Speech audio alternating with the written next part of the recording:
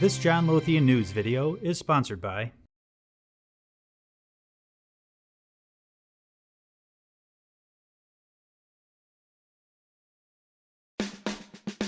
Regulation Systems Compliance and Integrity, or Reg SCI, is the SEC's response to the 2010 flash crash and other market disturbances, and it has just come online. John Rapa, a 30-year veteran market structure consultant, walks us through the new rules and what they mean for exchanges, dark pools, and market participants.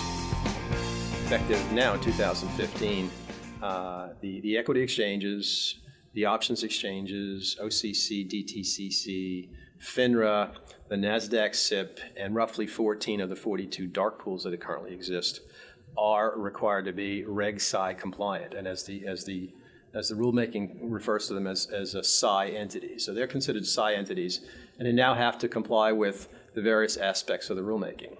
So it's now making mandatory what's been really voluntary up to now, relatively speaking.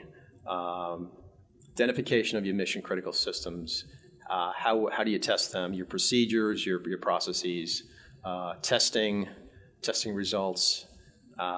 If there's disruptions, if there's problems, there's a formal process and form to report that to the SEC. Annual testing with your constituents. So let's say the New York Stock Exchange has to test with its member firms and key service providers. There's requirements on that. There's an onus on the chief compliance officers and as well as the chief technology officers to oversee this and report it and be responsible for it in a practical manner. We've looked at the types of things that the Commission is looking for in this, as well as conducted what's the predecessor to this rule was called an ARP, which is an annual review that the SEC would come in to do to the exchange. It's an automation review process. So this takes it to the next level. So our consulting, our counsel to our clients is, this is now mandatory. What are you doing to beef up what you have in terms of your process, your procedures? You're going to be more beholden to your testing results. And one thing that's changed with Reg SCI, which is new and mandatory, is the fact that these entities, the SCI entities, will be required to give the SEC notice on a quarterly basis of any significant changes they're making to their environment. So, changes to the infrastructure, software upgrades, new products and things coming on board. They're going to have to give them notice of that. And then a bit of a look back in terms of what they did in the prior quarter, things that they had said they were doing last quarter, where are they? Is a concern from the industry that this may stifle or slow down creativity.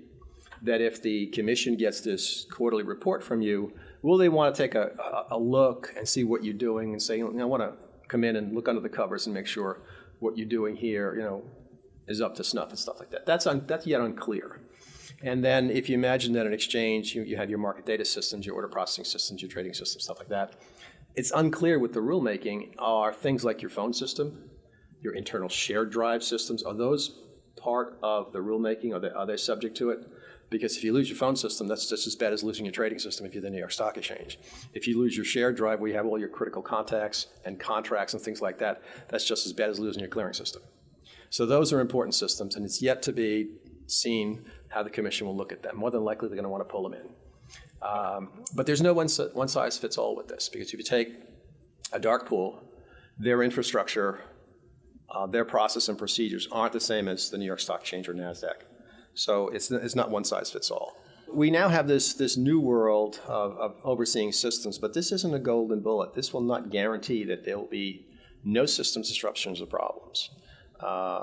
It's designed to provide more structure and hopefully integrity to our marketplaces and to make them more reliable. Exchanges, clearinghouses, ATS is still going to have to exercise care in managing their environments, in operating their mission critical systems, in testing them, in upgrading them, etc., than as they have before.